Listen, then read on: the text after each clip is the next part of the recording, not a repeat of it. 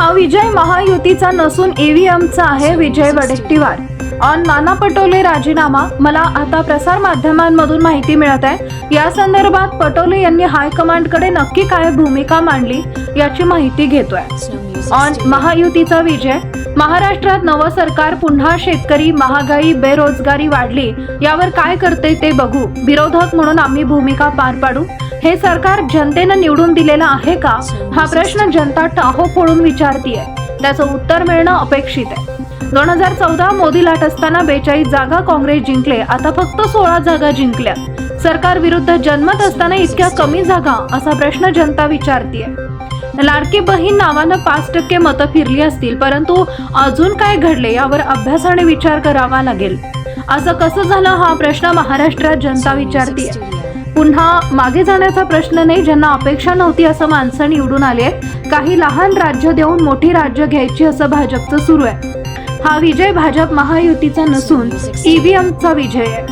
कोण कितीही दावा केला तरी विजय ईव्हीएमचा असून ईव्हीएमला हार घालून विजय साजरा करावा. ऑन शेतकरी प्रश्न. शेतकरी संकटात होता. सोयाबीन, कापूस विकला जात नाही, पीक विमा मिळाला नाही, अवकाळी अतिवृष्टी, पैसे मिळाले नाहीत, महागाई वाढली. असे असताना सरकार विरुद्ध राग असताना सुद्धा अशा प्रकारचा निकाल येतो, तेव्हा लोकांसमोर प्रश्न निर्माण होतात. त्याचे समाधान आणि उत्तर याची वाट बघू. ऑन पवारांचे आमदार. अजित पवारांच्या संपर्कात. आमदार कोणाचा संपर्कात राहू द्या, मोदी शहा सांगतील ते होईल, राजे बोलतील ते होईल, विरोधक ठेवायचा नाही, यासाठी सगळं सुरू आहे. ऑन प्रदेश अध्यक्ष धुरा. मला जी जबाबदारी दिली ती सांभाळून दाखवली, पक्षाचा निर्णय मान्य असेल. ऑन मविया वाद. शेवटच्या टप्प्यात महायुतीत तिन्ही पक्षात वाद होता, उलट महाविकास आघाडीत वाद नव्हता, एकत्र काम करत होतो. आम्ही सामूहिक लढलो, पण हा निकाल धक्कादायक आहे, निर्णय न पचण्यासारखा आहे. ऑन अशोक चव्हाण. हा त्रास कुणी दिला. अशोक चव्हाण संयमी आहेत, त्यांची बदला घेण्याची भूमिका कधीच नसते. हिंदी. योगी यांना पंतप्रधान बनवलं पाहिजे. योगी जिथं जातात तिथं भाजप विजयी होतो, मोदी जातात तिथं भाजप हरते. भाजपला 132 जागा मिळाल्या, यावर विश्वास नाही, जनता ओरडत आहे. नाना पटोले ने पेशकश की है, नाना पटोले ने पेशकश की है, क्या कहोगे? और इसके लिए अगर कोई विपक्ष नहीं, मुझे प्रसार माध्यम से, मीडिया से पता चला है, मुझे उसकी जानकारी नहीं. मेरी कोई इस बारे में हाईकमान से बात नहीं हुई है, और उन्होंने क्या कहा मैं जानकारी लेकर आपको बताऊंगा. बट सबसे महाराष्ट्र में पहली बार ऐसा हुआ कि विपक्ष ही नहीं बचा है, क्या कारण है कि जो नहीं, वो बड़े बड़े घोटाले ये वो सब है, तो अब अदानी साहब के लिए रेड कारपेट डालना था, कोई विरोध करना नहीं था.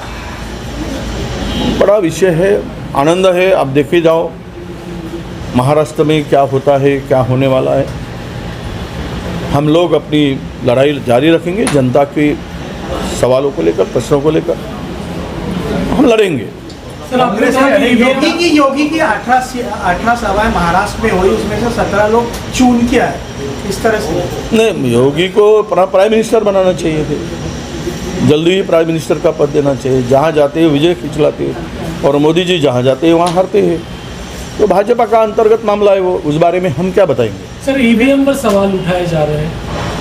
नहीं, ये तो जनता का मत है कि देखो, हम लोगों ने 2014 में भी चुनाव लड़ा था, हमारी स्थिति इतनी, उस वेव में भी, मोदी वेव में भी हम लोग 42 सीट्स कांग्रेस ने जीती, और हमने तब भी 83 सीट हमने जीती.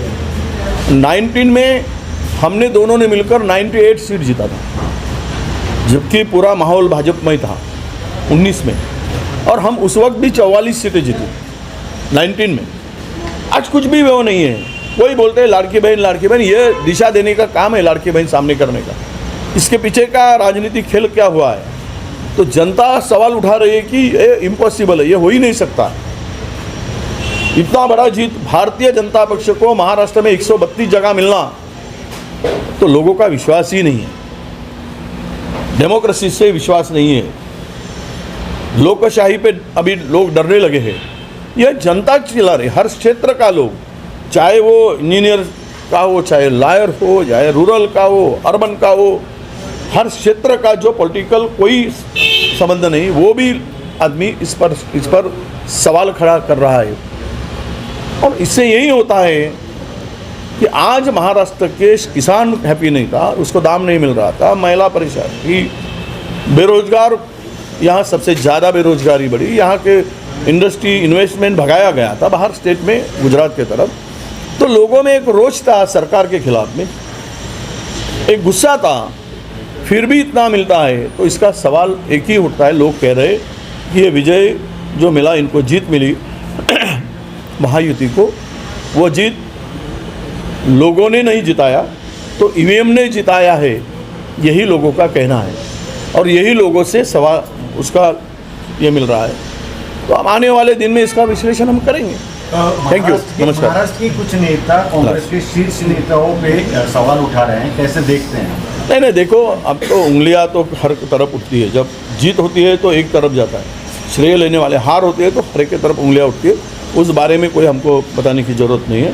हम सब ने मिलकर यूनाइटेड होकर काम किया है और ठीक है, हार तो हार होती है, अभी वो चाहे ईवीएम से हो या जनता ने दी हो, हमने हार को स्वीकार किया है और आगे हम जनता के हितों को लेकर, प्रश्नों को लेकर हम लड़ते रहेंगे।